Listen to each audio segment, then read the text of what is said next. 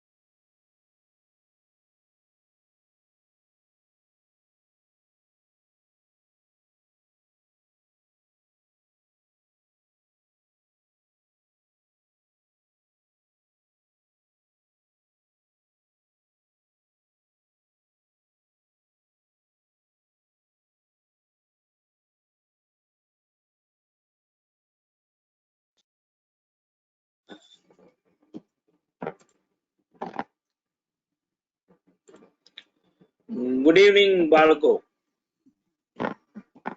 Good evening, sir. Good evening, sir.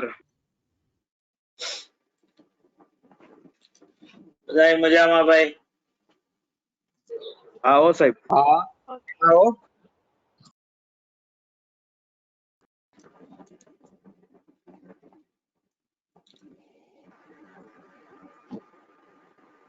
Alright. Screen share થઈ રહી છે ને ભાઈ? Yes, sir. हाँ सर।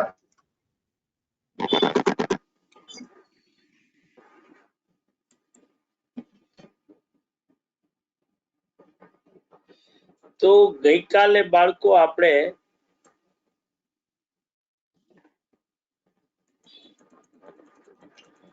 પેરામીટર્સ કોને કહેવાય, સ્ટેટિસ્ટિક કોને કહેવાય એ સમજાતા. પેરામીટર એટલે પોપ્યુલેશન ના મેઝરમેન્ટ કે જે સિમ્બોલિકલી યુઝ્યુઅલી આપણે એને ગ્રીક લેટર કે કેપિટલ લેટર થી બતાવીએ છીએ. જ્યારે સ્ટેટિસ્ટિક એટલે સેમ્પલ ના મેઝરમેન્ટ કે જેને આપણે સ્મોલ લેટર થી બતાવીએ છીએ.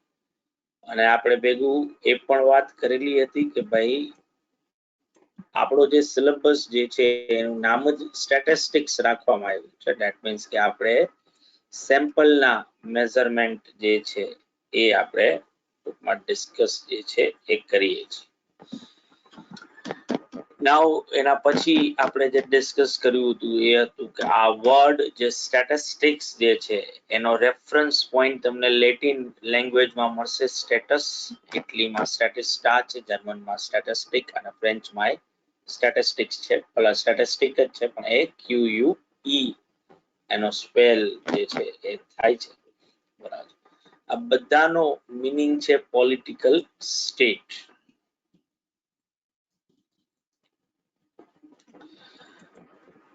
અને એને રિલેટેડ આપણે અમુક MCQs પણ આપણે છેલ્લે લાસ્ટમાં જે પોઈન્ટ્સ કરેલા હતા એના આપણે ટૂંકમાં લખ્યા હતા. તો આટલી થિયોરી આપણે પૂરી કરી. નાઉ અહીંથી હવે સ્ટાર્ટ કરવાનું છે. ડેફિનેશન ઓફ સ્ટેટિસ્ટિક્સ, વ્યાખ્યા સ્ટેટિસ્ટિક્સ. પણ આ સ્ટાર્ટ કરીએ બાળકો એ પહેલા હું એક નાનકડું તમને કહી દઉં.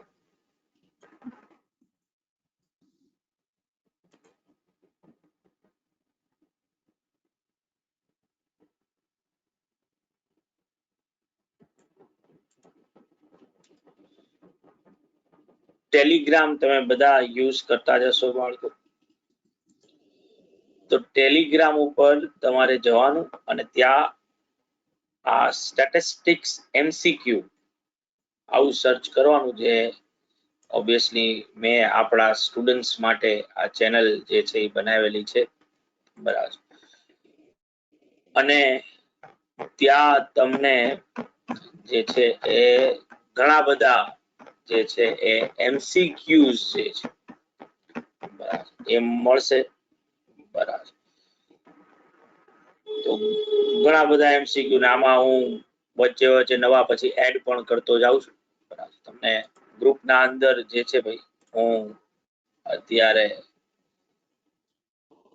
એની લિંક જે છે એ હું શેર કરી દઉં છું. તો તમે આ ચેનલને જોઈન કરી શકો છો અને ત્યાં ક્વેશ્ચન્સ જેમ જેમ આપણો સિલેબસ આગળ વધતો જાય તમે એક એક્સ્ટ્રા પ્રેક્ટિસ માટે તમે ક્વેશ્ચન્સ ત્યાં જોઈ શકો છો. ત્યાં 4 ઓપ્શન છે. એક ટીક કરવાનો, જો સાચો હશે તો ફટાકડા ફૂટશે, ખોટો હશે તો તમને આપોઆપ ખ્યાલ આવી જશે બરાબર કે સાચો આન્સર કયો છે. તો એ કાઇન્ડ ઓફ તમારા માટે એક જે કહી શકાય કે ફન એક્ટિવિટી જેવું પણ થઈ જાય. બરાબર છે બાળકો. તો તમારા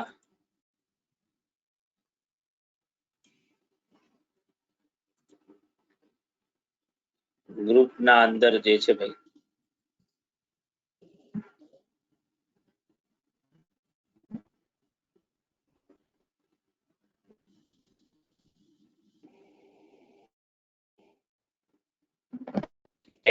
સ્ટેટિસ્ટિક્સ ની જે લિંક જે છે એ હું શેર કરી દઉં છું. બીજું બાળકો અત્યારે આ જોઈન નથી થતું તો કરી નાખીશ.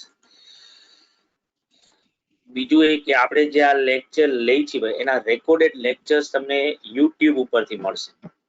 એની પણ ટૂંકમાં હોઝેફા સાદિકો નામની ચેનલ છે જ, એ પણ તમારે સબસ્ક્રાઇબ કરી નાખવાની જેથી કરીને તમારે કોઈ પણ જાતનું રેકોર્ડિંગ રિલેટેડ કોઈ સ્પેસ કે કાંઈ થાય નહીં. તમારે જ્યારે રિવાઇઝ કરવું હોય તો તમે જે લેક્ચર્સ ને તમારે રિવાઇઝ કરવા હોય એ લેક્ચર તમે YouTube ઉપર જઈને જોઈ શકો. બરાબર. તો એ ચેનલ પણ સબસ્ક્રાઇબ કરી નાખવાની હોય. એ પણ પ્રાઇવેટ ચેનલ જ છે, આપણા સ્ટુડન્ટ્સ માટે જ સ્પેસિફિકલી એ બનાવેલી છે. બરાબર છે બાળકો? એનો આપણા પહેલા લેક્ચરનો વિડીયો જે છે હું આજે શેર કરી દઈશ ગ્રુપમાં, તો એ પણ તમે લોકો એ વિડીયોમાંથી એ ચેનલને સબસ્ક્રાઇબ જે છે એ કરી શકો છો. ઓલરાઈટ, બધાને સમજાણું ને ભાઈ આ વસ્તુ? Yes, sir. ઓકે, તો આપણે હવે આપણા ઓલા પર આવીએ. તો ડેફિનેશન ઓફ સ્ટેટિસ્ટિક્સ જે છે એ શું છે બેઝિકલી? તો સ્ટેટિસ્ટિક્સ ની જે વ્યાખ્યા જે છે ને બાળકો, એ દુનિયાભરના લોકોએ આપી છે. તમે કદાચ એવું પણ આપણે કહી શકીએ કે એટલી બધી ડેફિનેશન્સ છે કે તમે જો કમ્પાઇલેશન કરો ને તો એની એક બુક બને ખાલી ડેફિનેશન. બરાબર. અને આ ડેફિનેશન જે છે એ ન્યુમેરિકલ બેઝિસ થી આપવામાં આવી છે, નંબર્સ ના પોઈન્ટ ઓફ વ્યૂ થી આપવામાં આવી છે, અને નોન ન્યુમેરિકલ જેને ક્વોલિટેટિવ કહેવાય છે. જે નંબર ન્યુમેરિકલ ડેટા હોય એને ક્વોન્ટિટેટિવ ડેટા કહેવાય ઇંગ્લિશમાં. બરાબર. જ્યારે જે કહીએ કે જે વસ્તુ નંબર્સમાં મેઝર નથી થઈ શકતી, જેમ કે આપણા પ્રેફરન્સ છે, આપણી ફિલિંગ્સ છે, નેશનાલિટી છે, બરાબર, રિલિજન છે, આ ક્વોલિટી બેઝ ડેટા કહેવાય, તો એને ક્વોલિટેટિવ ડેટા કહેવાય. તો ઘણા બધા લોકોએ ડેફિનેશનમાં સ્ટેટિસ્ટિક્સ નું એવું સમજાવ્યું છે કે ભાઈ સ્ટેટિસ્ટિક્સ જે છે basically quantitative as well as qualitative data ને ટૂંકમાં સમજવા માટેનું એક આખું ટૂલ છે. બરાબર. જ્યારે ઘણા બધા લોકોએ સ્ટેટિસ્ટિક્સ ની ડેફિનેશન જે છે ખાલી ક્વોન્ટિટેટિવ ડેટા પૂરતી જ મર્યાદિત રાખેલી છે. બરાબર. બીકોઝ ઓફ આ ટાઈપની ડેફિનેશન્સ જે છે એ ટૂંકમાં પ્રેક્ટિસના અંદર આપણા પાસે છે, એટલે વન લાઇનરમાં મારા માટે એક ઇમ્પોર્ટન્ટ ક્વેશ્ચન એ બને, અને એ થાય કે જો સ્ટેટિસ્ટિક્સ ની ડેફિનેશન નું ક્લાસિફિકેશન કરવા માંગતો હોઉં ને તો સ્ટેટિસ્ટિક્સ જે છે એ બે ભાગમાં વહેંચાયેલું છે. એની ડેફિનેશન જે છે જેને આપણે સેન્સીસ કહીએ છીએ. એટલે ઓબ્વિયસલી જે લખ્યું છે એ તમે વાંચશો કે we may define statistics either in a singular sense or in a plural sense. એક વચનમાં પણ સ્ટેટિસ્ટિક્સ ની ડેફિનેશન છે અને બહુવચનમાં પણ છે. એટલે જો મને ડિવિઝન ઓફ સ્ટેટિસ્ટિક્સ પૂછે કે સેન્સીસ ઓફ સ્ટેટિસ્ટિક્સ પૂછે તો મારો આન્સર શું હોય? 2. બરાબર. કે ભાઈ senses of definition of statistics કેટલી છે? તો કે એ 2 છે. કઈ કઈ? તો કે સિંગ્યુલર અને પ્લુરલ સેન્સ. પ્લુરલ સેન્સમાં તમે જોશો કે qualitative data as well as quantitative data આ બંને એનો રેફરન્સ જે છે એ ડેફિનેશન ના અંદર આપવામાં આવ્યો હશે. જ્યારે સિંગ્યુલર સેન્સ ના અંદર સિમ્પલી ન્યુમેરિકલ ડેટા રિલેટેડ જ વાત જે છે એ કરવામાં આવી છે. એને સિંગ્યુલર સેન્સ જે છે એ કહેવાય છે. તમારા રેફરન્સ માટે અને આપણા ફાઇનલ એક્ઝામ સાથે કોઈ લેવા દેવા નથી, આવો કોઈ ક્વેશ્ચન પૂછાવાના કોઈ ચાન્સીસ પણ નથી. પણ બે જે સૌથી પોપ્યુલર ડેફિનેશન છે સ્ટેટિસ્ટિક્સ ની એ હું અહીંયા શેર કરી રહ્યો છું. એક વેબસ્ટરની છે અને ક્રોટોન એન્ડ કાઉડનની છે. વેબસ્ટરની ડેફિનેશન પ્લુરલ સેન્સમાં છે, જ્યારે ક્રોટોન કાઉડનની ડેફિનેશન જે છે એ સિંગ્યુલર સેન્સમાં છે. વેબસ્ટરે જે સ્ટેટિસ્ટિક્સ ની જે ડેફિનેશન આપી છે એમાં એને બહુ ચોખ્ખું એવું કીધું છે કે સ્ટેટિસ્ટિક્સ જે છે બેઝિકલી ક્લાસિફાઈડ ફેક્ટ્સ, બરાબર, એ તથ્યો ઉપરનું એક સબ્જેક્ટ છે. બરાબર. કે જે કન્ડિશન્સ ઓફ પીપલ ની સાથે જોડાયેલો. નાઉ કન્ડિશન્સ ઓફ પીપલ ની વાત આવે તો માણસોની આર્થિક પરિસ્થિતિ આવે ને માણસોના બીજા બધી વસ્તુ આવે. એટલે એવી વસ્તુઓ કે જે નંબર્સમાં બતાવી શકાય છે ને એવી વસ્તુઓ કે જે નંબર્સમાં નથી બતાવી શકાતી. જેમ કે માણસોનો રિલિજિયન છે, માણસોનો આપણે નેશનાલિટી છે, એની હેબિટ્સ છે, એના પ્રેફરન્સીસ છે, એની જાતિ છે, તો આ બધી વસ્તુઓ જે છે એ કન્ડિશન સાથે જ જોડાયેલી છે. બરાબર. પણ એ નંબર્સ ના અંદર બતાવી છે. ઇક્વાલિટી બેઝડ ડેટા છે. બરાબર. Especially those facts which can be stated in numbers or in a table of numbers or in a tabular or classified arrangement. બરાબર. એવા ફેક્ટ્સ કે જે નંબર્સમાં છે ઓર એને ટેબલમાં બતાવી શકાય છે કે ટેબ્યુલર ફોર્મમાં બતાવી શકાય છે, ઓર કોઈ બીજી રીતે એને અરેન્જ કરીને બતાવી શકે છે. આને સ્ટેટિસ્ટિક્સ કહેવાય. જ્યારે ક્રોટોન અને કાઉડોને બેસ્ટ ડેફિનેશન આપી છે સ્ટેટિસ્ટિક્સ. બહુ જ સિમ્પલ અને એકદમ ઇઝીએસ્ટ, અને સ્ટેટિસ્ટિક્સ આખું એના ઉપર બેસ્ડ છે. એ સ્ટેટિસ્ટિક્સ ના મેઇન 4 સ્ટેજીસ એની ડેફિનેશન ના અંદર જે છે એ ટૂંકમાં આપણને કીધા છે કે ભાઈ સ્ટેટિસ્ટિક્સ મે બી ડિફાઇન્ડ એઝ કલેક્શન એકત્ર કરવું, પ્રેઝન્ટેશન બતાવવું, એનાલિસિસ વિશ્લેષણ કરવું, એન્ડ ઇન્ટરપ્રિટેશન સમજવું ઓફ ન્યુમેરિકલ ડેટા. જે નંબર્સ માં વસ્તુ બતાવી શકાય છે એનું કલેક્શન, પ્રેઝન્ટેશન, એનાલિસિસ અને ઇન્ટરપ્રિટેશન કરવાની વાતને શું કહેવાય? સ્ટેટિસ્ટિક્સ જે છે એ કહેવાય. બરાબર. તો ઓબ્વિયસલી જો મને પૂછે કે ડેફિનેશન ઓફ સ્ટેટિસ્ટિક્સ જે છે આર ઇન બ્લેન્ક સેન્સીસ, તો મારો આન્સર આવશે 2 સેન્સીસ. ક્યાં ક્યાં સેન્સીસ છે ભાઈ? તો કે singular sense and plural sense જે છે એ થશે. સિંગ્યુલર સેન્સ ના અંદર ખાલી નંબર્સ ની જ વાત કરવામાં આવે એટલે એવી ડેફિનેશન સિંગ્યુલર સેન્સમાં ડિફાઇન કરવામાં આવેલું છે કે જ્યાં ખાલી નંબર્સ ની જ ડેફિનેશનમાં વાત કરવામાં આવી છે. પ્લુરલ સેન્સમાં numbers as well as quality ની વાત કરવામાં આવી છે. ધી પ્લુરલ સેન્સમાં ડિફાઇન થયેલું કહેવાય. મેં અહીંયા જો રેડ ફોન્ટ થી બતાવેલું છે. બરાબર કે it is a science of counting and science of average. ગણવાનું અને એવરેજ કરવાનું આ વિજ્ઞાન છે. બરાબર. અને it refers to the branch of knowledge which implies applied mathematics. Statistics બીજું કાંઈ નથી, મેથેમેટિક્સ ની એક બ્રાન્ચ જ છે, મેથેમેટિક્સ નો જ એક ભાગ છે. એટલે તમને જો વન લાઇનર માં પૂછવું હોય ને તો આ એ પૂછી શકાય કે ભાઈ statistics is a branch of. તો સ્ટેટિસ્ટિક્સ કોની બ્રાન્ચ છે ભાઈ? તો કે statistics is a branch of applied mathematics. બધાને બાળકો અહીંયા સુધી ક્લિયર ભાઈ?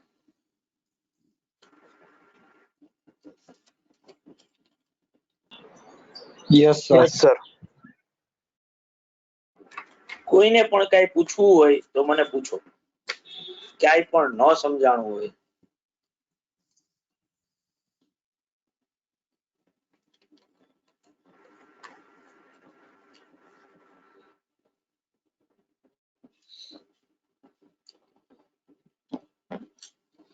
તો બાળકો તમારા બુકમાં આ ટાઇટલ આપો, ડેફિનેશન ઓફ સ્ટેટિસ્ટિક્સ, અને એમાં સેન્સીસ જે લખ્યું છે ને આટલો પોર્શન એટલો કોપી પેસ્ટ કરી નાખો, અને પછી નીચે એક આ લાઈન લખી નાખો. આટલું લખાઈ જાય ને એના પછી it refers to the branch of knowledge which implies applied mathematics. આટલું લખાઈ જાય એટલે મને કહેજો. પહેલા લખવાનું ડેફિનેશન ઓફ સ્ટેટિસ્ટિક્સ, જેમાં સેન્સીસ, બરાબર, સેન્સીસ ની સામે આ લખવાનું આખું, અને પછી લખવાનું આ it refers to that branch of knowledge which implies applied mathematics.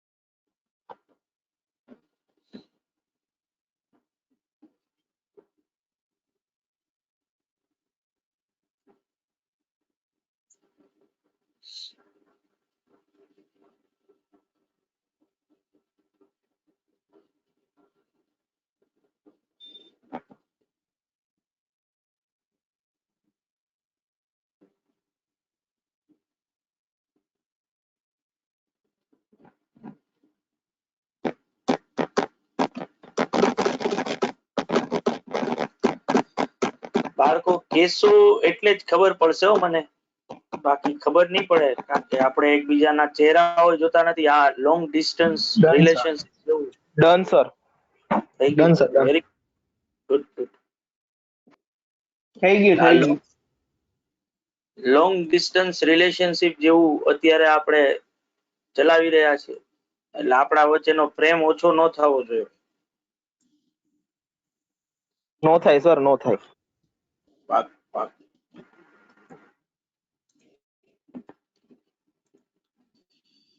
તો બાળકો એક નાનકડું એક્ઝામ્પલ લઈએ. બરાબર. તો રાજ 11મા માં તારા અકાઉન્ટ્સમાં કેટલા માર્ક્સ હતા બગા? 11મા એકાઉન્ટ્સમાં 40. એટલે ફાઇનલ ફાઇનલમાં ને Final માં 60-65 યાદ નથી. કેટલા હતા? 60-65 65 રાખી યાર, બસ જા. રિષિત તારે કેટલા હતા? સર ફાઇનલ ક્યાં લેવાની જ છે? તું એમને એમ કહી દે ને, તારે આવત તો કેટલા આવત? મોજ કર હાલ. 85. 85. ગુડ. ઓકે. સંજના તારે કેટલા હતા? જે કાઈ તમારી લાસ્ટ નોન તમારી પાસે જે માર્ક્સ હોય એમને એમ ખાલી, એમાં કોઈ આપણે ઓલામાં 60. ઉત્તમ 80. વૈભવ 80. 80 બોલો ને, હાલશે. તું જે બોલો 80 મેં લખી નાખ્યા. તો બાળકો મારે જે છે, હું ઇન્ટરેસ્ટેડ છું કે ભાઈ આજે અકાઉન્ટ્સ ના અંદર 11th ની એક્ઝામ અથવા તો 12th ની એક્ઝામ જે કહીએ આપણે, એમાં સ્ટુડન્ટ્સ ને બરાબર છે કેટલા માર્ક્સ જે છે એ આવે છે.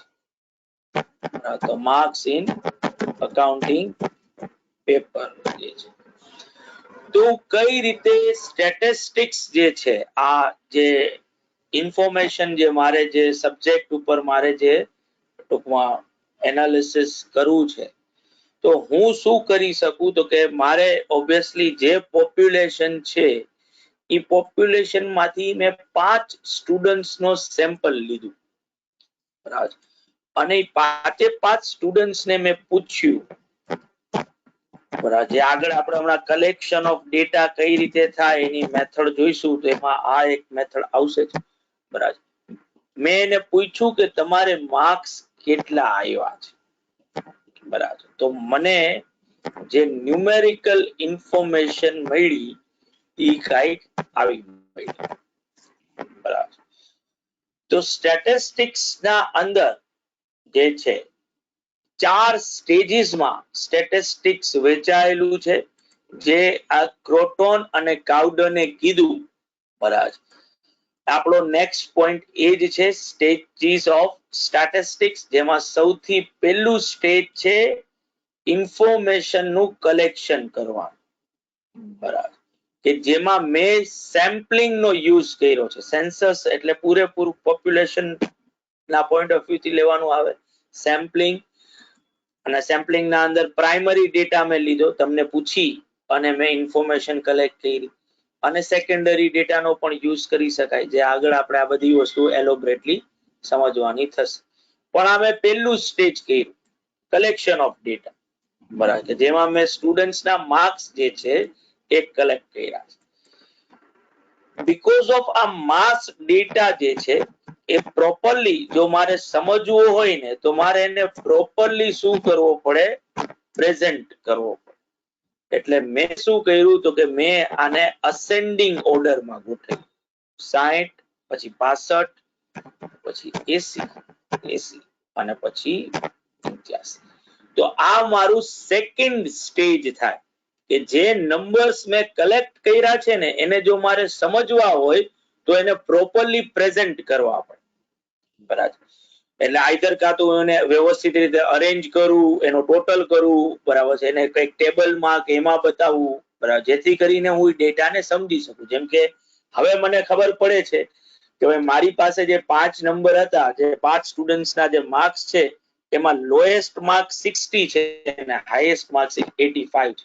તો હું મારા નંબર્સ ની રેન્જ નક્કી કરી શકું કે ભાઈ મારા નંબર્સ ક્યાંથી ચાલુ થાય ને ક્યાં પૂરા થાય છે. બરાબર.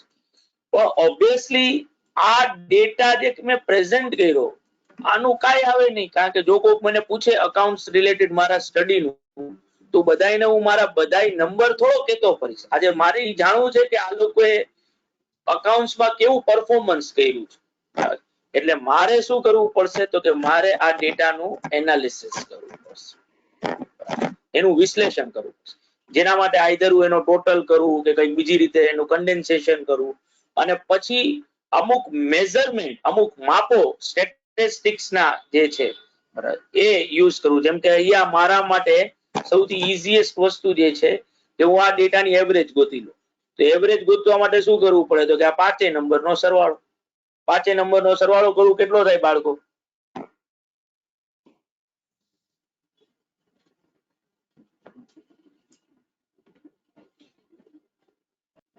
ત્રણસો 370. 270.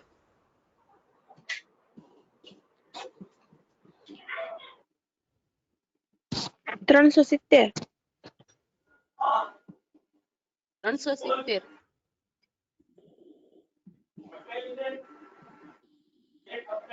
ત્રણસો 70.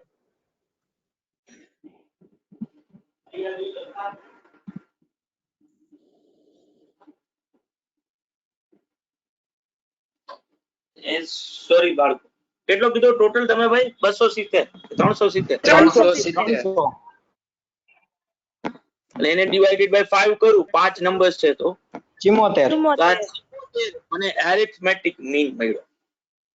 આ 74 ઉપરથી, આ 74 તો નંબર છે, એ પોતે તો બોલવાના નથી, એટલે હું એના ઉપરથી આ ડેટાનું ઇન્ટરપ્રિટેશન કરીશ. એટલે મારું ચોથું સ્ટેજ આવે ઇન્ટરપ્રિટેશન ઓફ ડેટા. તો બીકોઝ ઓફ 74 માર્ક્સ છે તો હું એવું કહી શકું કે આ એક અબાવ એવરેજ અથવા તો ડિસ્ટિંક્શન જે છે એ સ્ટુડન્ટ્સ ને ઓન એન એવરેજ જે છે એ ગ્રેડ મળેલો છે.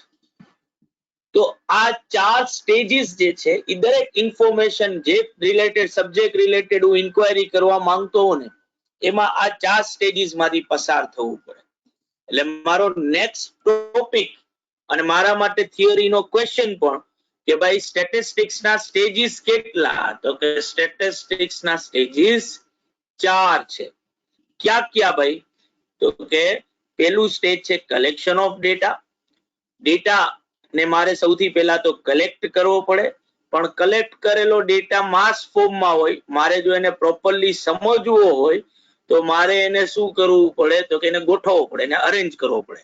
બરાબર, અસેન્ડિંગ ડિસેન્ડિંગ ઓર્ડરમાં સિરિયલ નંબરનો યુઝ કરીને કે કોઈ ટેબલ બનાવીને, ગ્રુપ બનાવીને જે પણ આપણે આગળ કરવાનું આવશે કે કઈ રીતે ડેટાને આપણે પ્રેઝન્ટ કરી શકીએ. પ્રેઝન્ટ કર્યા પછી હું એના ઉપર એનાલિસિસ કરીશ, એટલે એનો સરવાળો કરીશ, એનું કન્ક્લુઝન લઈ આવીશ, કન્ડેન્સેશન કરીશ અને અલગ અલગ સ્ટેટિસ્ટિક્સ ના જે મેઝરમેન્ટ્સ છે જેમ કે મેઝરમેન્ટ ઓફ સેન્ટ્રલ ટેન્ડન્સી, ડિસ્પર્ઝન, સ્ક્યુનેસ જેને વિષમતા આપણે કહીએ છીએ, સહસંબંધ, કોરિલેશન, રિગ્રેશન, નિયત સંબંધ, આવી થિયોરીનો યુઝ કરીશું એને એનાલિસિસ કરવા માટે. અને એનાલિસિસ કર્યા પછી મારું 4th સ્ટેપ આવે કે મારે એને શું કરવું પડે તો કે એ ડેટાનું ઇન્ટરપ્રિટેશન કરવું પડે. એ શું કહેવા માંગે છે? આ જે નંબર મને મળ્યો, આ જે 74 મેં મેઝરમેન્ટ ઓફ સેન્ટ્રલ ટેન્ડન્સી નો યુઝ અહીંયા કર્યો અને એરિથમેટિક મીન ગોઈતો, તો આ 74 નો મતલબ શું? બરાબર, તો એનું મારે ઇન્ટરપ્રિટેશન જે છે એ કરવાનું થાય. એટલે last step is a drawing conclusion from the data collected as figures do not speak for themselves. બરાબર, ફિગર્સ જે છે પોતે કાંઈ નથી બોલી શકતા, એટલે આપણે એનું કન્ક્લુઝન એમાંથી શું કરવું પડશે? ડ્રો કરવું પડશે. બધાને બાળકો અહીંયા સુધી પણ clear? Yes sir. Yes sir. કોઈને પ્રોબ્લેમ નથી ને ભાઈ અહીંયા સુધી? ભાઈ કાંઈ પણ હોય તો મને કહેજો તો બરાબર. નાઉ સેકન્ડ એક્ઝામ્પલ એ ઓલરેડી મેં બનાવેલું જ છે એટલે એ બનાવવાની જરૂર નથી. જેમ કે આજે સેફોર જે રીતે મેં માર્ક્સ નું તમારું રિલેટેડ ડેટા લીધો એ રીતે માનો કે મારે આપણે રિયલ વર્લ્ડ એનાલિસિસ કરી કે ઓબ્વિયસલી મારે જે છે એ ઇન્વેસ્ટમેન્ટ કરવું છે અને ઇન્વેસ્ટમેન્ટ કરવા માટે મારી પાસે 1 લાખ રૂપિયા છે. મને મારા દોસ્તારે કીધું કે અત્યારે શેર માર્કેટ બૂમ અત્યારે આખું બહુ જોરદાર રીતે ચાલી રહ્યું છે બરાબર.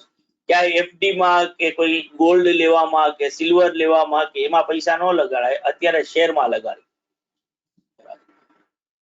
પણ મેં અંધળુકિયા વેળા જે મેજોરિટી લોકો કરતા હોય છે ને આગળ તમે ભણશો એ ખરી કે લોકોની સો કોલ્ડ ટીપ ઉપર કે કોકે મને કીધું કે અહીંયા નાખી દે, આના શેર લઈ લે, ડબલ થઈ જશે બરાબર.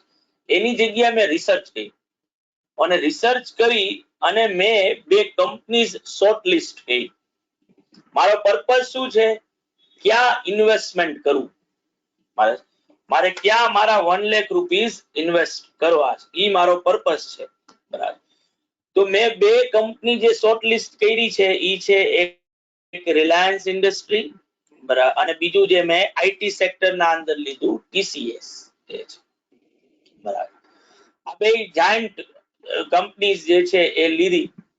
તો હવે રિલાયન્સ ઇન્ડસ્ટ્રીઝમાં પછી કારણ કે 2 જે છે બ્લુ ચિપ કંપની બરાબર, 2 બહુ જોરદાર એની કંપની બધા પોતપોતાના ક્ષેત્રમાં અત્યારે સૌથી ભારતની જે ટોપ 50 કંપની જે છે એમાંની આ 2 કંપની છે બરાબર.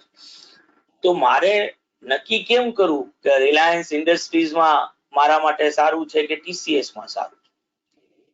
તો આ નક્કી કરવા માટે મેં શું કર્યું તો કે મેં રિલાયન્સ ઇન્ડસ્ટ્રીઝના પાસ્ટ રિટર્ન જે છે અને TCS માં પાછલા વર્ષોમાં એ જે રિટર્ન જનરેટ, કારણ કે at the end of the day મારા ઇન્વેસ્ટમેન્ટ કરવા પાછળનું લોજિક શું છે?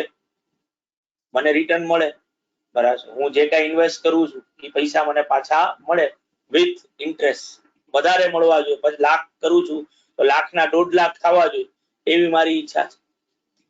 તો રિલાયન્સ ઇન્ડસ્ટ્રીઝ અને TCS એ છેલ્લા 5 વર્ષમાં જે રિટર્ન આપ્યું છે ને એ રિટર્નનો ડેટા મેં NSE ની સાઇટ ઉપરથી કાઢ્યો બરાબર. તો આ જે મેં કર્યું ને કે ભાઈ 5 વર્ષમાં રિલાયન્સ ઇન્ડસ્ટ્રીઝે કેટલું રિટર્ન આપ્યું અને TCS એ કેટલું રિટર્ન આપ્યું, આ મારું પહેલું સ્ટેજ થયું. મેં ડેટાને શું કર્યો? કલેક્ટ કર્યો સેકન્ડરી વે નો યુઝ કરીને. આગળ આપણે હમણાં પ્રાઇમરી ડેટા અને સેકન્ડરી ડેટા કોને કહેવાય એ સમજીશું આખું બરાબર. તો ઓબ્વિયસલી NSE ની સાઇટ ઉપર જઈ અને ત્યાંથી મેં આ બધા નંબર્સ બટવી લીધા બરાબર. નંબર્સ તમે જોશો આડાઅવળા હતા બરાબર કે ભાઈ પેલા વર્ષે રિલાયન્સ ઇન્ડસ્ટ્રીઝે 12%, પછી 14%, 16%, 18%, 20% આપ્યું. જ્યારે TCS ના નંબરમાં 15, 9, 11, 5 અને 2% આવું મળ્યું બરાબર. તો ઓબ્વિયસલી આને પ્રોપરલી સમજવા માટે મારે શું કરવું પડે તો કે રિલાયન્સ ઇન્ડસ્ટ્રીઝ ના તો નંબર અસેન્ડિંગ ઓર્ડરમાં ગોઠવેલા જ હતા, પણ આને જો અસેન્ડિંગ ઓર્ડરમાં ગોઠવું તો પહેલા 2% આવે બરાબર, એના પછી આવે 5% બરાબર, પછી આવે 9%, પછી આવે 11% અને પછી આવે 15%. આ મારું સેકન્ડ સ્ટેજ થયું. તમે ડેટાને શું કર્યો તો કે ડેટાને પ્રેઝન્ટ કર્યો. હવે હું આનું એનાલિસિસ કરીશ અને એનાલિસિસ કરવા માટે હું શું કરું છું તો કે આ 2 કંપનીના જે નંબર્સ મળ્યા છે એની એવરેજ ગોતી લઉં. તો એ મેં 2 નો એરિથમેટિક મીન ગોત્યો બરાબર. તો રિલાયન્સ ઇન્ડસ્ટ્રીઝ નો એરિથમેટિક મીન આવ્યો 16%, જ્યારે આનો એરિથમેટિક મીન આવ્યો 8.5% બરાબર. પણ આનો અર્થ શું? તો ચોથું સ્ટેજ આવ્યું કે ભાઈ હવે મારે આનું ઇન્ટરપ્રિટેશન કરવું છે. તો ઇન્ટરપ્રિટેશન આનું શું થાય કે ઓન એન એવરેજ રિલાયન્સ ઇન્ડસ્ટ્રીઝે પાછલા 5 વર્ષમાં TCS ની કમ્પેરિઝનમાં વધારે રિટર્ન જનરેટ કર્યું છે બરાબર. TCS એ ખાલી 8.5% જેટલું રિટર્ન આપ્યું છે, જ્યારે રિલાયન્સ ઇન્ડસ્ટ્રીઝે કેટલું આપ્યું છે ઓન એન એવરેજ 16% જેટલું આપ્યું છે. તો જો મારે ઇન્વેસ્ટમેન્ટ કરવું હોય તો મારે શું ચૂઝ કરવું જોઈએ? રિલાયન્સ ઇન્ડસ્ટ્રીઝ નો શેર. ત્યાં રિટર્ન જે છે એ TCS ની કમ્પેરિઝન માં વધારે મળી શકે એમ છે. બરાબર બાળકો? Yes, sir. તો આ સ્ટેટિસ્ટિક્સ છે બાળકો. સ્ટેટિસ્ટિક્સ ખાલી સિમ્પલી નંબર્સ ની જ ગેમ છે. નંબર્સ કલેક્ટ કરો, એને પ્રોપરલી પ્રેઝન્ટ કરો, પ્રેઝન્ટ કરીને એનું એનાલિસિસ કરો ને એના ઉપરથી એ નંબર શું કહેવા માંગે છે એનું અર્થઘટન કરો, એનું ઇન્ટરપ્રિટેશન કરો.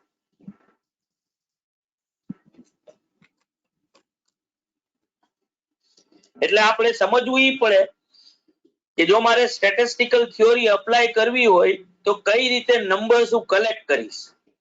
નંબર જો કલેક્ટ કરી લઉં તો પછી એને પ્રેઝન્ટ કઈ રીતે કરવા, પ્રેઝન્ટ કર્યા પછી કયા સ્ટેટિસ્ટિક્સ ના મેઝરમેન્ટ છે કે જેનો યુઝ હું ઈ નંબર્સ ઉપર કરી શકું. શું મારે એનો એરિથમેટિક મીન ગોતવો જોઈએ, મીડિયન ગોતવો જોઈએ, મોડ ગોતવો જોઈએ, ક્વાર્ટાઇલ ડેવિએશન ગોતવું જોઈએ, મીન ડેવિએશન ગોતવું જોઈએ, સ્ટાન્ડર્ડ ડેવિએશન ગોતવું જોઈએ, કોરિલેશન નો કોએફિશિયન્ટ ગોતવો જોઈએ કે રિગ્રેશન કોએફિશિયન્ટ ગોતવો જોઈએ કે ઇન્ડેક્સ નંબર ગોતવો જોઈએ. મારે એનું એનાલિસિસ કરવા માટે મારે ઈ શીખવું પડે કે ભાઈ ક્યુ મેઝરમેન્ટ કઈ રીતે મળે. બરાબર. અને ઈ મેઝરમેન્ટ અપ્લાય કરું એના પરથી જે નંબર મળે એનું અર્થઘટન કરતા આવડતું જોઈએ કે આનો મતલબ શું થાય. એઝ અ સ્ટુડન્ટ તમે ફોર્થ સ્ટેજ માંથી બચી જાઓ છો. તમારે કોઈનું ઇન્ટરપ્રિટેશન નથી કરવાનું, તમારે જસ્ટ ખાલી શું કરી દેવાનું છે? એનાલિસિસ કરી દેવાનું.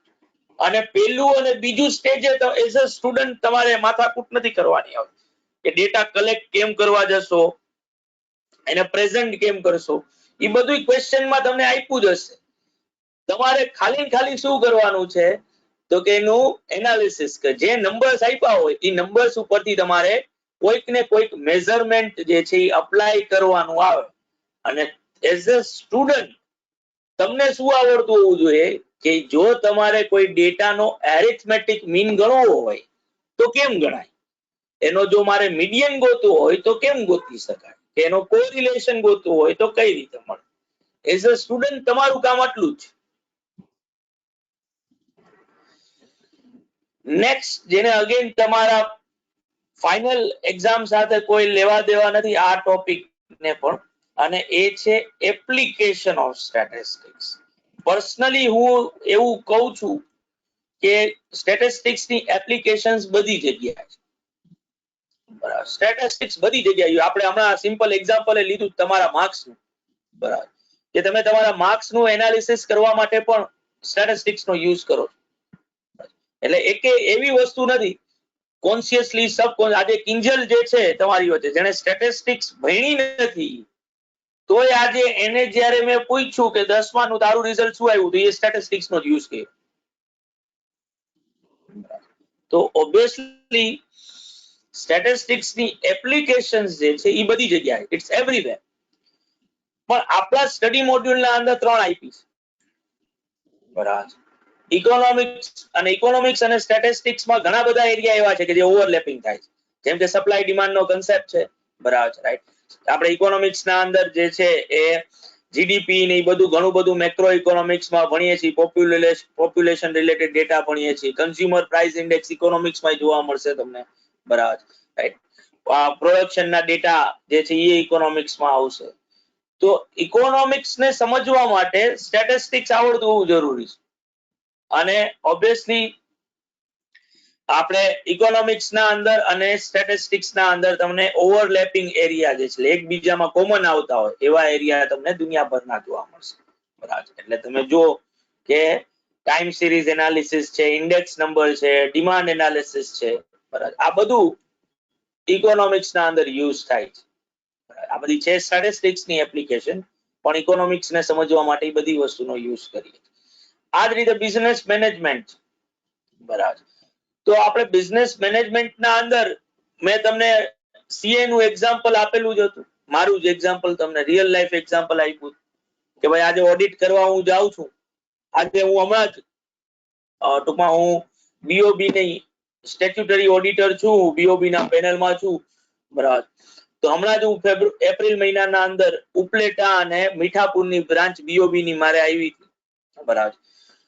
નવ બે જનરલી શું હોય કે એઝ અ ઓડિટર મારે એની ડિપોઝિટ્સ અને એના એડવાન્સીસ રિલેટેડ મારે ઓડિટ કરવાનું હોય અને મારે પછી એનું બેલેન્સ શીટ અને પીએનએલ એકાઉન્ટ જે છે એના ઉપર મારો વ્યૂ જે છે એ આપવાનો.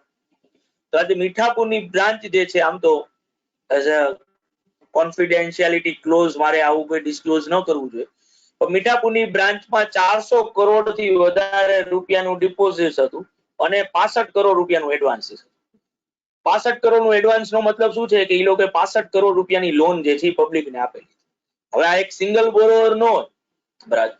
યા એગ્રીકલ્ચર બ્રાન્ચ હતી, બરાબર. તો જે એગ્રીકલ્ચર લોન હતી ને જેને એ લોકો બીકેસીસી કહે છે, બરાબર. Bank of Baroda Kisan credit card loan જેને એ લોકો બીકેસીસી ઓલા શોર્ટ ફોર્મ માં 25 એકાઉન્ટ હતા. કોકને 50,000 ની, કોકને લાખ રૂપિયા, 2500 લોન, કોકને 30,000 ની, કોકને 5 લાખ રૂપિયાની આવી લોન આપી, બરાબર. હવે જો હું 2500 લોન એકાઉન્ટ્સ ની ફાઇલ જોવા જાઉં ને તો બટો વળી જાય. હજી સુધી અત્યારે એની ફાઇલ જ જોતો, હજી સુધી ઓડિટ નો પૂરું થયું, બરાબર. પણ મેં ત્યાં શું કર્યું તો કે મેં ત્યાં સ્ટેટિસ્ટિક્સ ના કન્સેપ્ટ નો યુઝ કર્યો, સેમ્પલિંગ, બરાબર. અને મેં ઓબ્વિયસલી સેમ્પલિંગ નો યુઝ કરી અને ઈ 2500 ફાઇલ માંથી ખાલી મેં 30 કે 40 ફાઇલ ને જ જે છે એના ડોક્યુમેન્ટ્સ જ મંગાવ્યા.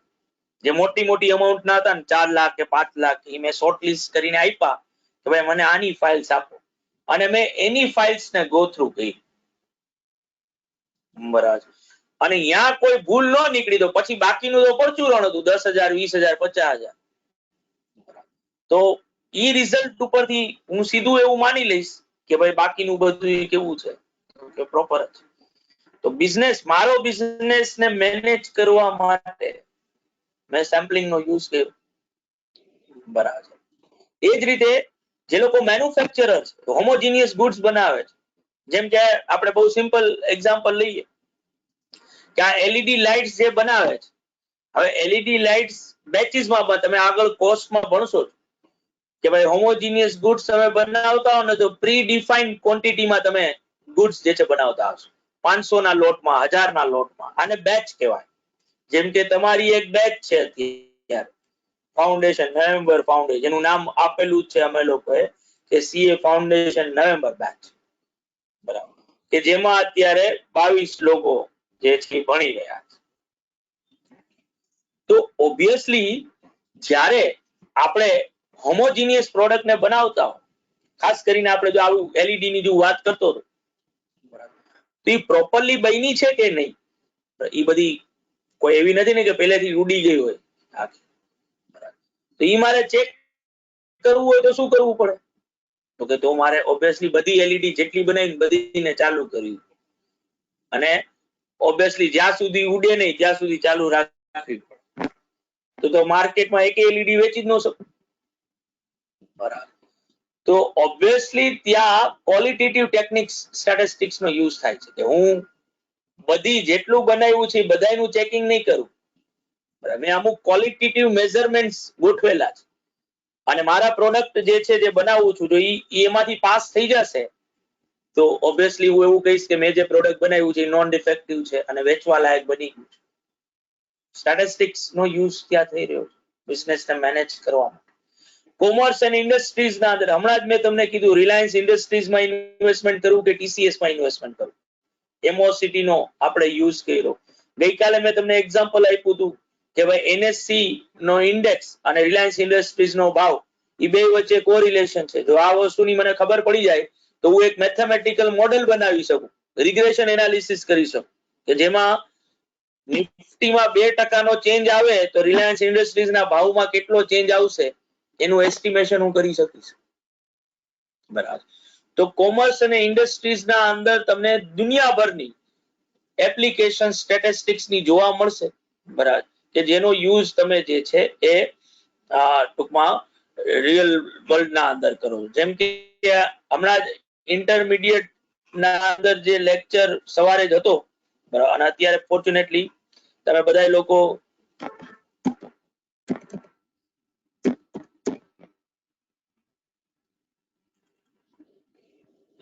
ત્યાં તમે મટીરિયલ કોસ્ટિંગ નામનું છે, કોસ્ટિંગ નામનું ચેપ્ટર, બરાબર.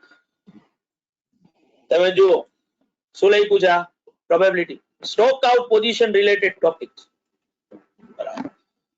અને પ્રોબેબિલિટી જે છે એ જે તમે પ્રોબેબિલિટી ભણો છો ને એ સેમ વસ્તુ ક્વેશ્ચન ના અંદર આપેલી છે, જેનો યુઝ હું મારા અમુક ડિસિઝન્સ લેવા માટે કરી દઉં કે ભાઈ મારે સેફટી સ્ટોક તરીકે કેટલા ટન્સ રાખવા, તો ત્યાં સ્ટેટિસ્ટિક્સ નો યુઝ કરી અને આન્સર્સ જે છે એ હું જે છે ગોતી રહ્યો છું, બરાબર.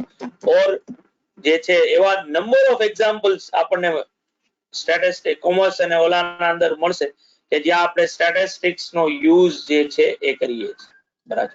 જેમ કે મને ક્વેશ્ચન ના અંદર જ જે છે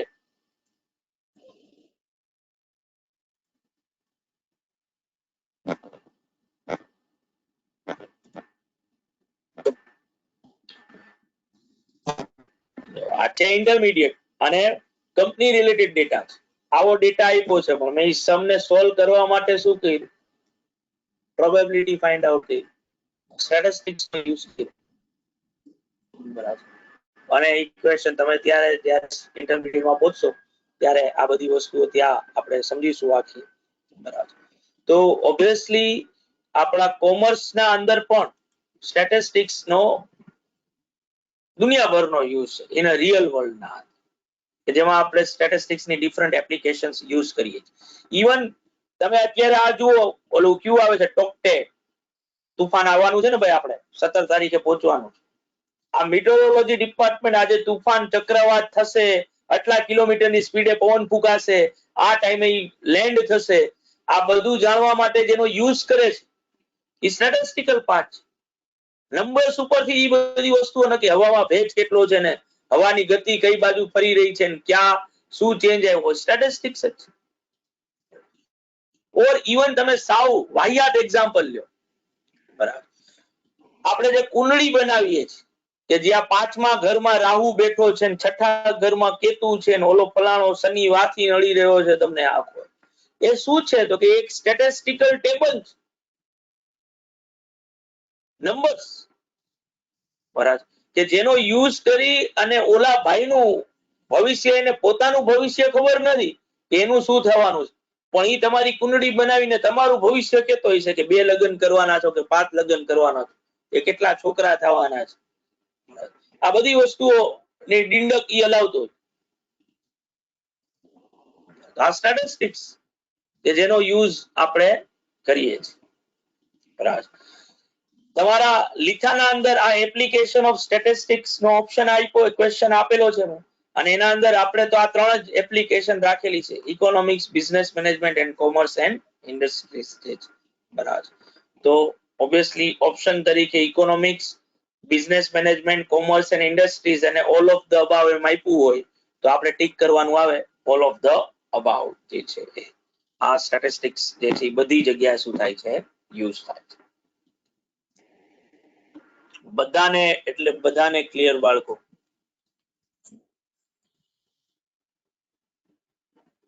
Yes, sir. Yes, sir. Okay. કોઈને પણ કઈ ન સમજાણું હોય ભાઈ, કઈ ઓલું થતું હોય તો મને પૂછી લેજો ભાઈ તમે. નાઉ નેક્સ્ટ આપણો ટોપિક જે છે, બરાબર, હજી આ બેઝિક થિયરી નો જ ભાગ, અને એ છે લિમિટેશન ઓફ સ્ટેટિસ્ટિક્સ, મર્યાદાઓ. લિમિટેશન્સ એટલે મર્યાદાઓ. પૃથ્વી ઉપર એક એવી વસ્તુ નથી કે જે 100% જે છે એ શુદ્ધ હોય, દરેક વસ્તુની કઈક ને કઈક મર્યાદાઓ. તો સ્ટેટિસ્ટિક્સ ની પણ લિમિટેશન છે. જેમ કે સ્ટેટિસ્ટિક્સ જે છે એ એગ્રેગેટ્સમાં, સમૂહમાં ડીલ કરે છે, કારણ કે તો જ તમે સેમ્પલ લઈ શકો ને. આજે મારી પાસે જો ખાલી એક જ સ્ટુડન્ટ હોય તો એના માર્ક્સ નું એનાલિસિસ કરીને કોઈ ફાયદો નથી કે એની એવરેજ ગોતવાની કે કઈ આખી, કારણ કે એની જે એવરેજ છે એ આખી પોપ્યુલેશન ની એવરેજ. પણ આજે તમારો આખો ક્લાસ છે તો પછી એમાંથી મેં 5 જણાને સિલેક્ટ કર્યા, એની 5 ના માર્ક્સ લીધા, એનો એરિથમેટિક મીન ગણ્યો, એના ઉપરથી ક્લાસની એવરેજ શું આવશે એનું ઇન્ટરપ્રિટેશન કર્યું, બરાબર. તો સ્ટેટિસ્ટિક્સ એગ્રેગેટ્સમાં ડીલ કરશે, બરાબર, સમૂહમાં ડીલ કરશે. છૂટા છવાયા એકલ દોકલ વસ્તુ પર સ્ટેટિસ્ટિક્સ અપ્લાય કરી શકાય નહીં. બીજું આ લિમિટેશન ના પોઈન્ટ ઓફ વ્યૂ થી છે. અગેન તમે લીથામાં જ્યારે જોશો તો આ ક્વેશ્ચન આપ્યો છે કે statistics is concern with quantitative data, બરાબર. એકચ્યુઅલમાં સ્ટેટિસ્ટિક્સ ક્વોલિટેટિવ ડેટા સાથે કન્સર્ન કરે છે, એટલે કે એવો ડેટા કે જે ક્વોલિટી બેઝડ ડેટા છે, જેને એટ્રીબ્યુટ્સ કહેવાય છે આપણી ભાષામાં, જેમ કે આપણા પ્રેફરન્સીસ, આપણી જાતિ, આપણી ટૂંકમાં નાગરિકતા, આ બધી વસ્તુઓ જે છે આ ક્વોલિટેટિવ ડેટા છે. સ્ટેટિસ્ટિક્સ એની સાથે જોડાયેલું છે. પણ મેજોરિટી કેસીસમાં આપણે જોઈએ કે સ્ટેટિસ્ટિક્સ નો યુઝ આપણે એકચ્યુઅલમાં ખાલી એવી વસ્તુ ઉપર જ કરીએ છીએ કે જે નંબર્સમાં બતાવી શકાય છે, જેમ કે કંપનીનું સેલ, કંપનીનો પ્રોફિટ, તમારી હાઈટ, તમારી વેઇટ, તમારું માર્ક્સ, બરાબર, એક પર્ટિક્યુલર લોકાલિટીમાં થતા એક્સિડન્ટ્સ, બરાબર. આ બધી એવી વસ્તુઓ છે કે જે નંબર્સમાં જ આવે છે. તો સ્ટેટિસ્ટિક્સ જે છે એ ક્વોન્ટિટેટિવ ડેટા સાથે જ જોડાયેલું છે. પણ એકચ્યુઅલમાં એવું નથી. જો મને ક્વેશ્ચન પૂછાય કે ભાઈ statistics is concern with blank આપ્યું હોય તો મારે બે ટીક કરવાનું છે, ક્વોલિટેટિવ એન્ડ ક્વોન્ટિટેટિવ ડેટા, બરાબર. એક લિમિટેશન તરીકે તમે એવું કહી શકો કે એનો મેજર યુઝ ક્યાં છે? ક્વોન્ટિટેટિવ ડેટાની સાથે. ક્વોલિટેટિવ ડેટા સાથે એનો યુઝ એટલો બધો હોતો નથી, બરાબર. ત્રીજી લિમિટેશન છે કે આપણો સ્ટેટિસ્ટિક્સ નો યુઝ આપણે પ્રોજેક્શન્સ કરવા માટે કરીએ છીએ, બરાબર. તો future projections of cell, production, price, આ બધી વસ્તુઓ જે છે, બરાબર, એ પોસિબલ થાય જો આપણે અમુક કન્ડિશન્સ સેટ કરેલી હોય કે જો આવું થશે ને તો આના બેસિસ ઉપર હું એવું કહું છું કે ભાઈ આ ટાઈપનું પ્રોજેક્શન કે આ ટાઈપનું એસ્ટિમેશન હું કરી દઉં, બીકોઝ ઓફ મેં આવી કન્ડિશન રાખી છે એટલે, બરાબર. જો આ કન્ડિશનમાં ચેન્જ કરો ને તો આપોઆપ પ્રોજેક્શનમાં ચેન્જ થઈ જશે, બરાબર. જેમ કે સે ફોર એક્ઝામ્પલ તમે એક આવું ઇક્વેશન બનાવ્યું છે કે ભાઈ રિગ્રેશન નું કે y is equal to 3x plus 2, બરાબર. અને હવે હું તમને એમ કહું કે જો x is equal to 10 છે તો y is equal to કેટલા? તો તમે શું કરશો ભાઈ? તો કે આ ઇક્વેશન ના અંદર x ની જગ્યાએ 10 મૂકી દેશો એટલે y is equal to 32 answer આવશે. પણ માનો કે હું આ જે પ્રાઇમ કન્ડિશન જે હતી એને જ હું ચેન્જ કરી નાખું છું અને હું એને એમ કહું છું કે ભાઈ હવે કન્ડિશન કઈક આવી છે 5x minus 3 અને x is equal to 10 આપ્યું છે તો y is equal to શું થાય? તો કે તો y નો આન્સર ચેન્જ થઈ જશે, હવે આવશે 47. પ્રોજેક્શન ચેન્જ થઈ ગયું, બરાબર. શું કામ? કારણ કે અંડરલાઇંગ કન્ડિશન શું થઈ ગઈ? ચેન્જ થઈ ગઈ, બરાબર. આ લિમિટેશન છે સ્ટેટિસ્ટિક્સ ની કે જો કન્ડિશન માં ચેન્જ કરશો તો આપોઆપ પ્રોજેક્શન્સ જે છે એ કેવા આવશે? ઇનએક્યુરેટ જે છે એ મળશે, બરાબર. ચોથી લિમિટેશન છે કે આખું સ્ટેટિસ્ટિક્સ રેન્ડમ સેમ્પલિંગ ઉપર બેઝ છે. આપણે પોપ્યુલેશન ને જો સમજવી હોય તો પોપ્યુલેશન માંથી એને રિપ્રેઝન્ટ કરતું સેમ્પલ સિલેક્ટ કરવું પડે, બરાબર. રેન્ડમ સેમ્પલ ના અમુક રૂલ્સ છે. સૌથી મહત્વનો રૂલ શું છે? તો કે પોપ્યુલેશનમાં જે નંબર છે ને એમાંથી કોઈ પણ સેમ્પલ તરીકે આવી શકે. જેમ કે મેં અત્યારે જ હમણાં લાઈવ એક્ઝામ્પલ તમને દીધું કે મેં 5 સ્ટુડન્ટ્સને સિલેક્ટ કર્યા, તો એ 5 સ્ટુડન્ટ સિલેક્ટ કરવામાં મેં કોઈ કાળે મારો પર્સનલ પ્રિજ્યુડાઇઝ યુઝ નહોતો કર્યો. મને જે નામ દેખાણા ને 5 એને મેં પૂછ્યું કે ભાઈ રાજ તારે કેટલા આવ્યા, રિષિત તારે કેટલા આવ્યા, સંજના તારે કેટલા માર્ક્સ આવ્યા, બરાબર. પણ જો હું ત્યાં અમુક રીતે જેમ કે આજે વૈભવને હું પહેલેથી ઓળખું છું, બરાબર, સુમિતને હું પહેલેથી ઓળખું છું, આ પ્રકાશને પહેલેથી ઓળખું છું, બરાબર, તો હું સિલેક્શન કરતી વખતે મારો આ પ્રેફરન્સ એમાં નાખી દઉં, બરાબર, તો રેન્ડમ સેમ્પલિંગ નો બેઝિક રૂલ મેં વાયોલેટ કર્યો, બરાબર. તો ઓબ્વિયસલી હવે એવું બને કે મારું સેમ્પલ મારા પોપ્યુલેશન ને આઈડિયલી રિપ્રેઝન્ટ કરતું ન હોય. તો પછી સેમ્પલ નું રિઝલ્ટ રિલાયેબલ ન બની શકે. એટલે જે સ્ટેટિસ્ટિક્સ છે એ રેન્ડમ સેમ્પલિંગ ના થિયરી ઉપર બનેલું છે આખું. રેન્ડમ સેમ્પલિંગ ના નિયમો મારે ફોલો કરવા જ પડે.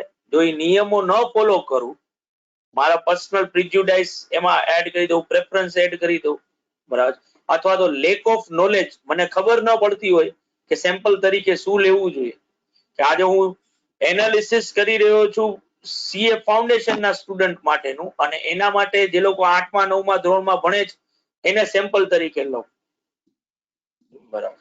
તો એ સેમ્પલ જે છે એ મારા ફાઉન્ડેશન ના સબ્જેક્ટ ને કોઈ કાળે ટૂંકમાં જસ્ટિફાઈ કરશે નહીં, બરાબર.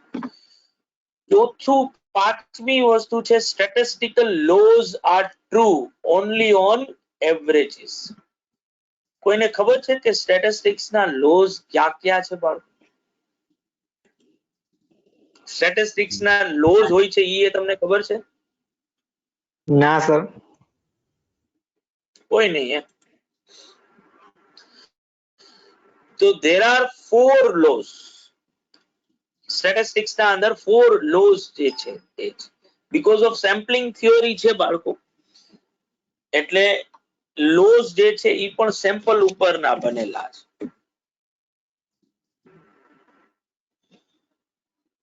પહેલો લો છે લો ઓફ સ્ટેટિસ્ટિકલ રેગ્યુલારિટી. આ લો શું કહે છે કે સેમ્પલ તરીકે હંમેશા એક લાર્જ ગ્રુપને લેવું જોઈએ. તમે જ્યારે સેમ્પલ તરીકે પોપ્યુલેશન ને સમજવા માટે સેમ્પલ ઉપાડો છો, એ સેમ્પલ કેવું હોવું જોઈએ? લાર્જ હોવું. જેમ કે આજે તમે 20 જણા છો તો 20 માંથી મેં 5 જણાને લીધા સેમ્પલમાં. ઓલમોસ્ટ 25% તમારી પોપ્યુલેશન ના 25% મેં સ્ટડીમાં લીધા. તો આ એક લાર્જ સેમ્પલ થયું. હવે 20 જણા હો ને સામે હું ખાલી 2 જણાને કે 1 જણાને સેમ્પલ તરીકે લઉં તો ઓબ્વિયસલી એ ભૂલ ભરેલું રિઝલ્ટ જે છે એ આપશે. એ કદાચ જે ગ્રુપને આપણે સમજવું છે એ ગ્રુપના કેરેક્ટરિસ્ટિક્સ થી સેમ્પલ ના અંદર આવ્યા ન પણ હોય. એટલે પેલો લો સ્ટેટિસ્ટિક્સ નો એવું કહે છે કે ભાઈ તમે જ્યારે સેમ્પલ તરીકે સિલેક્ટ કરો તો એ લાર્જ સેમ્પલ હોવું જોઈએ. બીજું લો ઓફ ઇનર્શિયા છે ઓફ લાર્જ નંબર્સ. જો તમે લાર્જ સેમ્પલ લેશો ને તો ત્યાં એવું બનશે કે ઓબ્વિયસલી અમુક જે લોઅર એન્ડ વાળા નંબર્સ જે છે એ અપર એન્ડ ના નંબર્સ ની સામે સેટ ઓફ થઈ શકશે. જેમ કે જો અહીંયા 65 હતા અને 85 હતા, બરાબર. હવે જો મેં ખાલી 2 જ નંબર લીધા હોત અને 2 નંબર 80 જ આવત તો મારી એવરેજ શું આવત? 80 આવત, બરાબર. કે 2 નંબર 60 ને 65 જ હોત, બરાબર, તો એવરેજ કંઈક 62.5 જ મળે.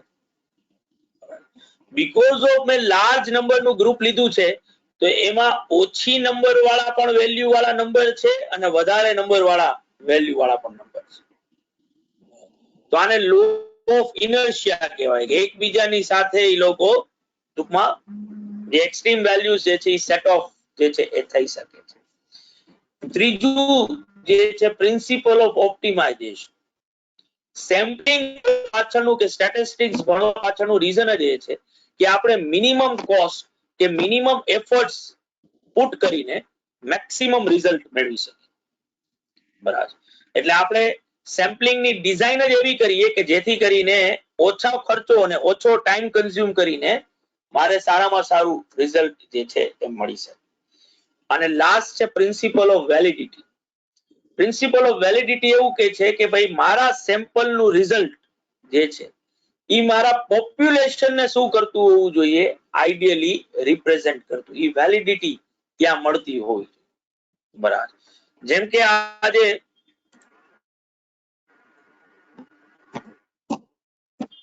સે ફોર એક્ઝામ્પલ હું અહીંયા એમ કહું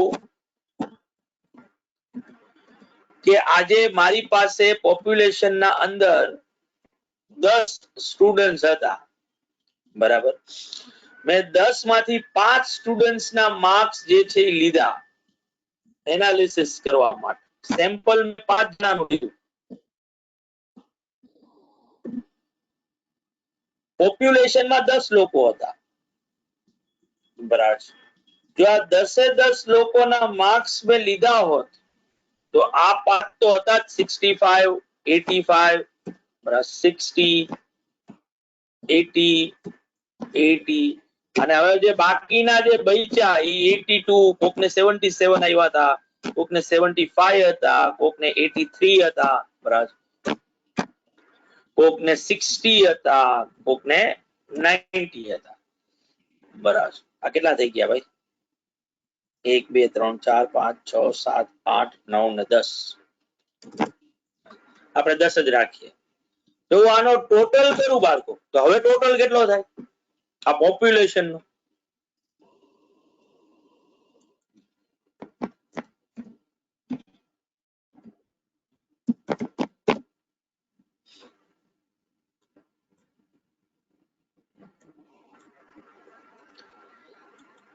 $747.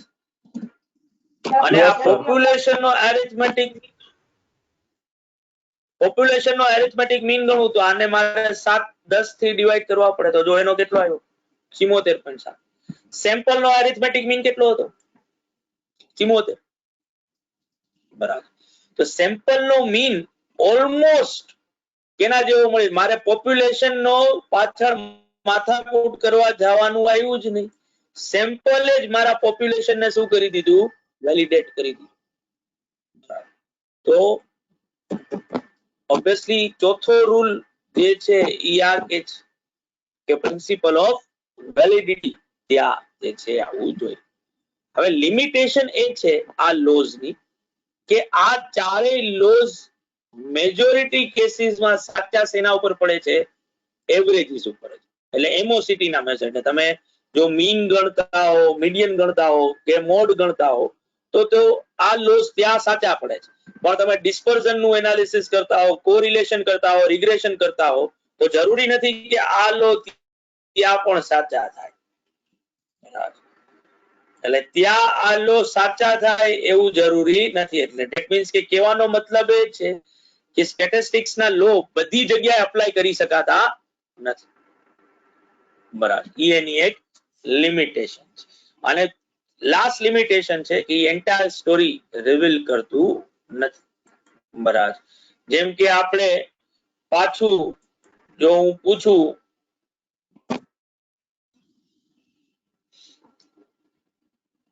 આપણા ક્યાં ભાઈને પૂછું હું,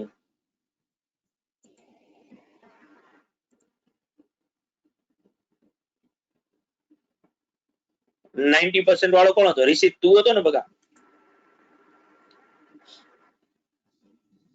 હા. તો તારે 10th માં સબ્જેક્ટ વાઇઝ માર્ક્સ યાદ છે તને બગા? હા છે ને, અમુક બધાના લગભગ તો યાદ છે. બોલ ને, કઈ વાંધો નહીં, આડાવડા ભલે, કઈ વાંધો નહીં, એમને બોલ સારી રીતે. સોશિયલ સાયન્સ માં 85, મેથ્સ માં 98 અને સાયન્સ માં 92. હા. પછી સંસ્કૃત માં 90. હવે હું મારી રીતે બકા બે ત્રણ હું મારી રીતે મૂકું છું. ગુજરાત ઇંગ્લિશ માં સે ફોર એક્ઝામ્પલ હું આ મારી રીતે લખી રહ્યો છું. ઇંગ્લિશ માં સે ફોર એક્ઝામ્પલ તને 60 આવ્યા, સે ફોર એક્ઝામ્પલ. હા, એમને એક્ઝામ્પલ જ છે. અને હજી એકાદો સબ્જેક્ટ લાસ્ટ કયો હતો? ગુજરાતી. ગુજરાત. આપણે ઉલટા પુલટા કરી નાખી. ગુજરાતીમાં 100 માંથી 100 આવ્યા. જ્યારે તારા માર્ક્સ ની 90%, જો કોઈ તને પૂછે તો તું સ્ટેટિસ્ટિક્સ નો રૂલ અપ્લાય કરીને તું તારું રિઝલ્ટ હંમેશા 90% જ કહે. બરાબર. પણ આ 90% તારી એન્ટાયર સ્ટોરી રિવીલ નથી કરતા. કે જેના અંદર તને સૌથી ઓછા માર્ક્સ ઇંગ્લિશમાં આવ્યા છે, સૌથી વધુ માર્ક્સ ગુજરાતીમાં, જે કદાચ તું ઇંગ્લિશ મીડિયમમાં ભણ્યો છો સે ફોર એક્ઝામ્પલ, તો કોઈ 90% ના માર્ક્સમાં કોઈ કદાચ માનવા તૈયાર ન થાય કે તને ઇંગ્લિશમાં ઓછા છે અને ગુજરાતીમાં હાઈએસ્ટમાં છે. જે તારા પર્સન્ટેજ ઉપરથી તો ક્યારેય ખ્યાલ ન આવશે.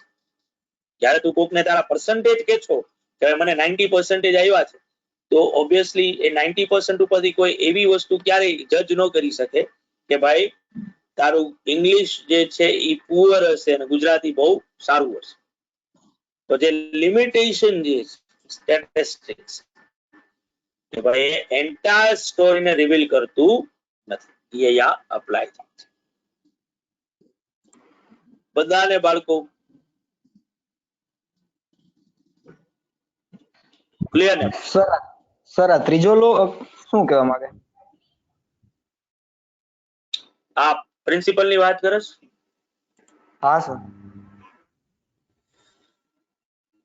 ત્રીજું જે છે બકા એવું કહેવા માંગે છે કે સે ફોર એક્ઝામ્પલ તું જે છે એ ગુજરાતના અંદર જે લોકો ક્લાસ 10 ની એક્ઝામ આપી રહ્યા છે બરાબર, એ સ્ટુડન્ટ્સ ના પરફોર્મન્સ વિશે તારે એનાલિસિસ કરવું બરાબર.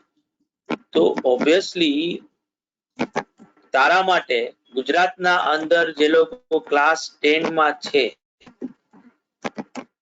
એવા કેટલા સ્ટુડન્ટ? તો કે અપ્રોક્સિમેટલી 3 લાખ જેટલા. બરોબર. બરાબર. રાજકોટમાં તો નો રહેતા હોય, અમદાવાદ, ગામડે, બધી જગ્યાએ.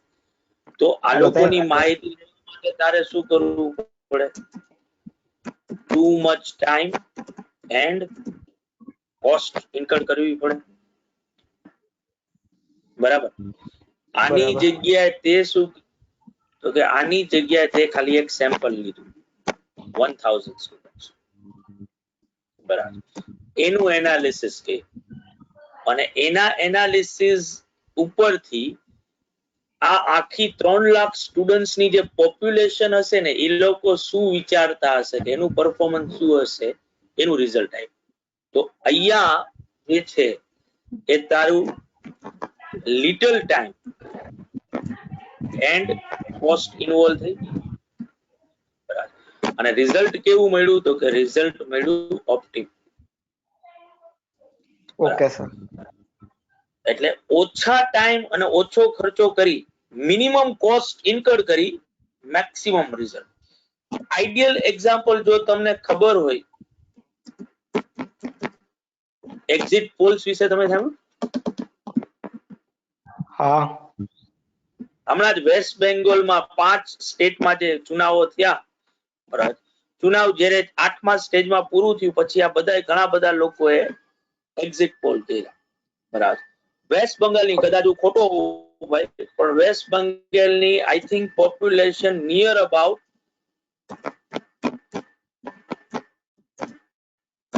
જે છે કેટલી છે 5 કરોડ ની આસપાસ. રિઝલ્ટ જે છે એ બીજી તારીખે ડિક્લેર થવાનું હતું, 2 મે.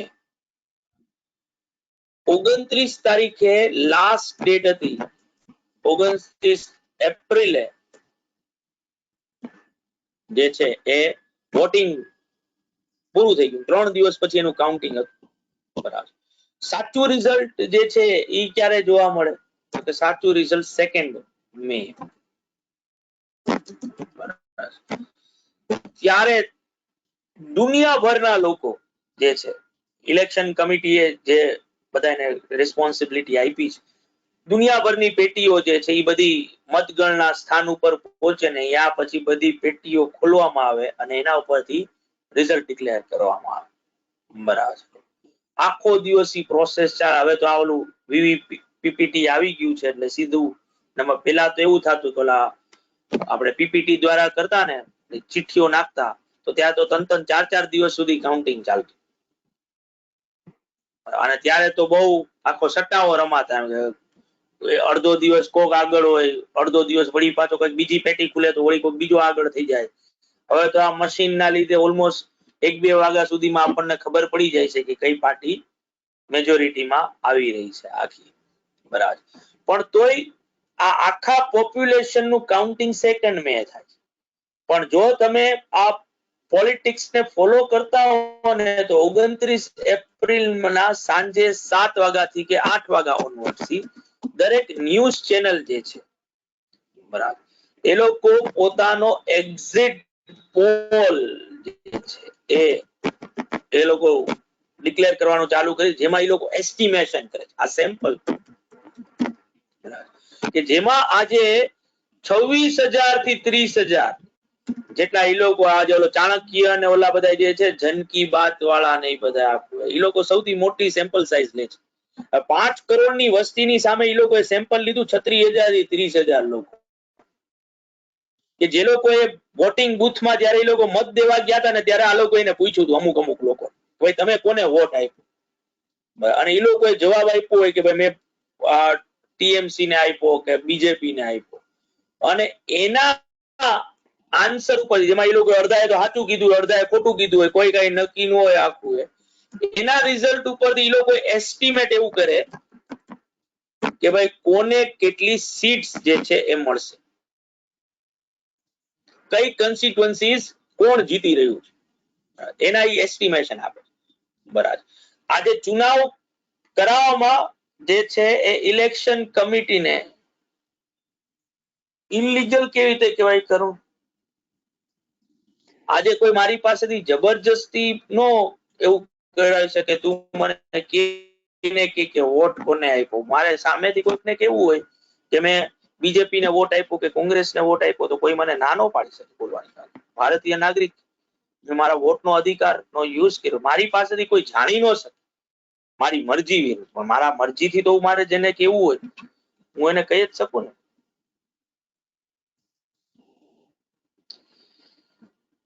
તો આ જે એક્ઝિટ પોલ વાળી વસ્તુ જે છે ને એ આઈડિયલ એક્ઝામ્પલ છે પ્રિન્સિપલ ઓફ આપણે જે અહીંયા લખ્યું ને ઓપ્ટિમાઇઝેશન સાવ ઓછો ખર્ચો કરીને 30-40 હજાર લોકોને પૂછી અને એ લોકો આપણા ઇલેક્શન નું રિઝલ્ટ જે છે 2-3 દિવસ પહેલા પ્રિડિક્ટ કરતા હોય છે બરાબર અને ઘણીવાર એ લોકો સાવ સાચાઈ પડતા હોય છે પછી જ્યારે પોપ્યુલેશન નું સાચું એનાલિસિસ કરવામાં આવે જ્યારે કાઉન્ટિંગ ડે આવે ત્યારે કોને કેટલી સીટ મળી બરાબર ઘણીવાર એ લોકોએ જે પોલ પ્રમાણે પ્રિડિક્ટ કર્યું હોય છે એ પ્રમાણે જ સીટ મળતી હોય છે ઘણીવાર જેમ કે આ વખતે વેસ્ટ બેંગોલમાં બધા લોકોએ જેટલા એક્ઝિટ પોલ હતા એ બધાએ ભારતીય જનતા પાર્ટીને 160 થી 180 સીટ્સ આપી હતી અને ટીએમસી ને 100 થી 110 સીટ્સ આપી હતી એની જગ્યાએ ઉલટું થઈ ગયું કે ટીએમસી ને 200 થી ઉપર મળી અને ભારતીય જનતા પાર્ટીને 77 મળી આ સેમ્પલ ની માથાકૂટ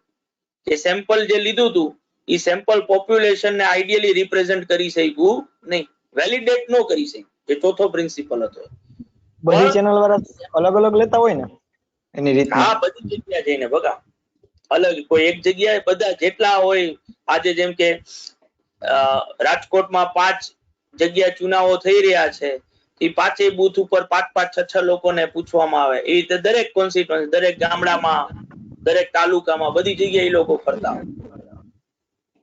ઓકે સર. પણ જેટલી સેમ્પલ સાઇઝ મોટી એટલું રિઝલ્ટ જે છે એ રિયાલિટીની નજીક આવવાના ચાન્સીસ વધારે રહે એટલે જ મેજોરિટી એક્ઝિટ પોલ શું થતા હોય છે ખોટા પડતા હોય છે.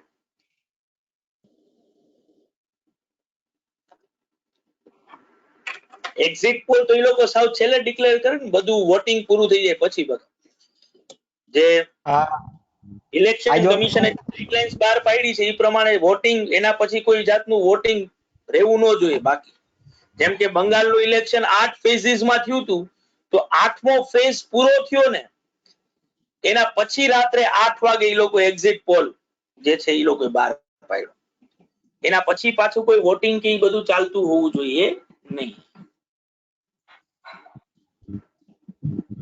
જય ગયું સર. તો બાળકો આજે ઓલા ક્વેશ્ચન લખવાનો ટાઈમ નથી થયો આપણે આજે જે સમજ્યા છે પણ કાલે મળશું ત્યારે ક્વેશ્ચન્સ લખીશું આ બધા જેટલું સમજ્યા એના રિલેટેડ. કાલ તો નહીં મળીએ કાલ તો સન્ડે છે તો મંડે મળીશું ત્યારે હવે આપણે અહીંથી આપણો પ્રેક્ટિકલ પાર્ટ ચાલુ હવે આના ક્વેશ્ચન્સ ગણવાના આવશે બરાબર એટલે અહીંથી હવે આપણું કલેક્શન ઓફ ડેટા જે છે ચાલુ થશે બરાબર તો એ આપણે નેક્સ્ટ લેક્ચરમાં ડિસ્કસ કરીશું. બાળકો મેં બે ચેનલ તમને જે કીધી એ ગ્રુપમાં મોકલું છું એ તમે સબસ્ક્રાઇબ કરી લેજો જેથી કરીને તમને એમાંથી પણ લાભ મળશે. આનું પીપીટી મેં ગ્રુપમાં શેર કરી દીધું છે આપણા ફર્સ્ટ ચેપ્ટરનું ભાઈ તો એ પણ તમારી પાસે રેફરન્સ પોઈન્ટ તરીકે અત્યારે છે જ બરાબર છે બાળકો. Yes sir. તો આવજો બધા બાળકો કાલે રજા છે મંડે મળીશું હવે. આવજો સર. Bye bye. ટાટા. આવજો સર. આવજો આવજો.